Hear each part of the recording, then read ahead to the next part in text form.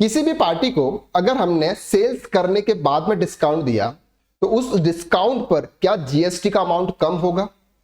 GST के अंदर discount को लेके कौन कौन से रूल्स है, रूल्स में क्या क्या चेंजेस आया है, यह सब कुछ आज हम इस लेक्चर के अंदर डिटेल में कवर करने वाला है।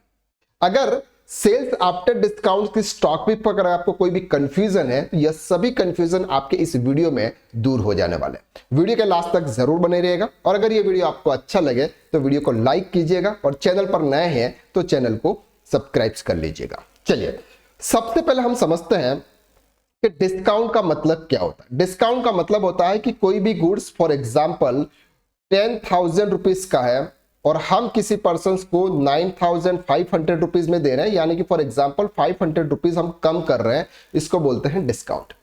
अब अकाउंटिंग के अंदर डिस्काउंट दो टाइप के होते हैं। पहला जो डिस्काउंट होता है वो होता है सर ट्रेड डिस्काउंट।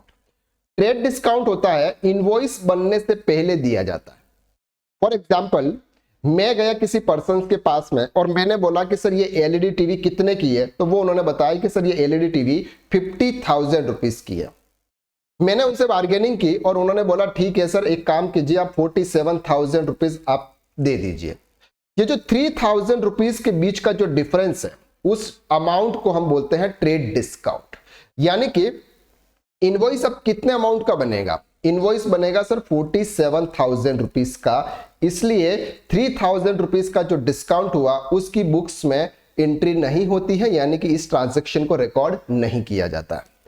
सबसे इंपॉर्टेंट पार्ट आता है अब दूसरा जो डिस्काउंट होता है वो होता है sir cash discount.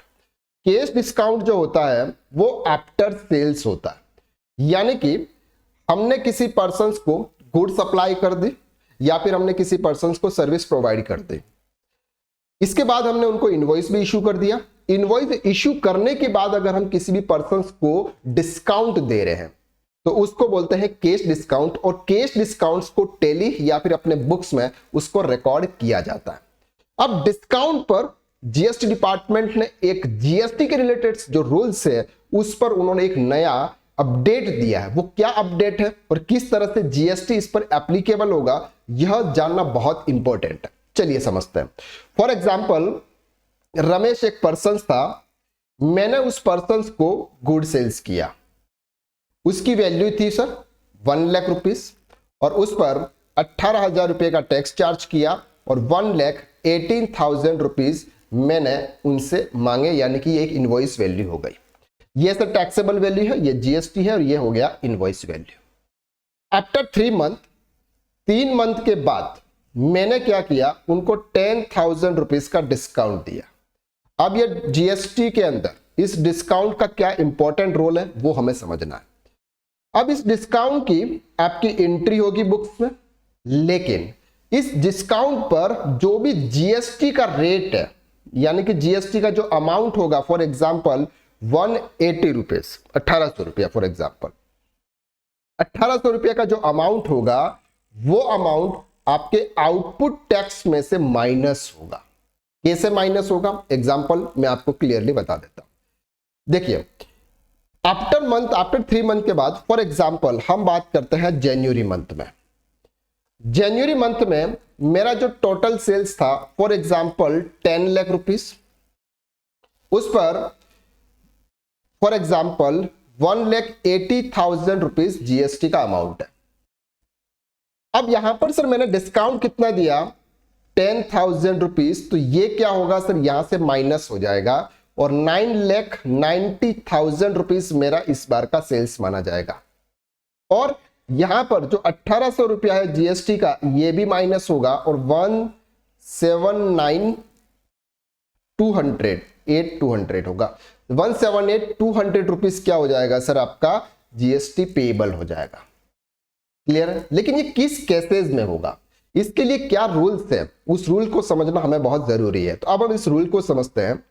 Section 15 subsection 3 कहता है, सेक्शन 15 सबसेक्शन 3 कहता है कि सर अगर आपको सेल्स पर यानी कि डिस्काउंट पर अगर आपको जीएसटी का अमाउंट कम करना है तो वहां पर आपको 3 कंडीशंस फॉलो करनी होती थी। पहली कंडीशन, डिस्काउंट एग्रीमेंट में पहले से मेंशन होना चाहिए कि सर हम इस पार्टी को मेंशन मतलब इतना डिस्काउंट देंगे। ये वाला रूल खत्म हो चुका है। इनवॉइस से लिंक होना चाहिए, यह भी खत्म हो चुका है। तीसरी कंडीशन, बायर ने आईटीसी को रिवर्स किया है कि नहीं किया है, यह सबसे इंपॉर्टेंट है। और यह अगर आपका है, यानी कि बायर ने अगर आपका इनपुट टैक्स क्रेडिट को अगर रिवर्स किया है, तभी आप आपके सेल्स में से इसको माइनस कर पाओगे। कैसे होगा ये, चलिए समझते हैं। देखो, रमेश एक पर्सन जिसको हम गुड्स सप्लाई कर रहे हैं, मैंने उनको किया सर 1 लाख रुपीस का गुड्स और उस पर 18,000 रुपया जीएसटी चार्ज किया। ध्यान से समझना, ठीक है। अब क्या किया सर, 3 मंथ के बाद में मैंने उनको 10,000 रुपीस का डिस्काउंट दिया, जिस पर 1800 रुपया का जीएसटी बनता है। मैंने अपने जीएसटीआर 1 के अंदर क्रेडिट नोट इश्यू किया, यानी कि ये अमाउंट मुझे कम उससे वापस देना है या कम लेना है, जो भी हो XYZ। तो मैंने किया क्रेडिट नोट इश्यू और क्रेडिट नोट में मैंने अमाउंट डाला 10,000 और 1800 रुपया का जीएसटी। अब कब डाला सर, फॉर एग्जांपल मैंने जैन मंथ में। अब मैं जैसे ही मैंने ये क्रेडिट नोट डाला, रमेश के जीएसटीआर 2B के अंदर वो क्रेडिट नोट शो हो रहा है। और रमेश जब इस क्रेडिट नोट को शो हो रहा है तो रमेश के लिए ये डेबिट नोट बन जाता है। जब डेबिट नोट होता है तो रमेश को अपनी आईटीसी रिवर्स करनी होती है, क्योंकि उस समय उसने 1 लाख रुपए का गुड्स परचेस किया था। आपके हिसाब से वो गुड्स 90,000 रुपीज का हो जाएगा।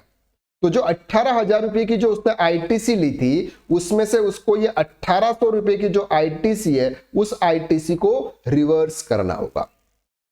तो रमेश क्या करेगा, रमेश उसके जीएसटीआर 2B में इस क्रेडिट नोट को एक्सेप्ट करेगा। क्या करेगा सर, एक्सेप्ट करेगा।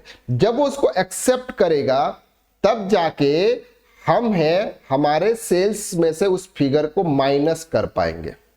और हमारा फॉर एग्जांपल उस मंथ में टैक्स पेबल है 1,80,000, फॉर एग्जांपल 1 लाख रुपया,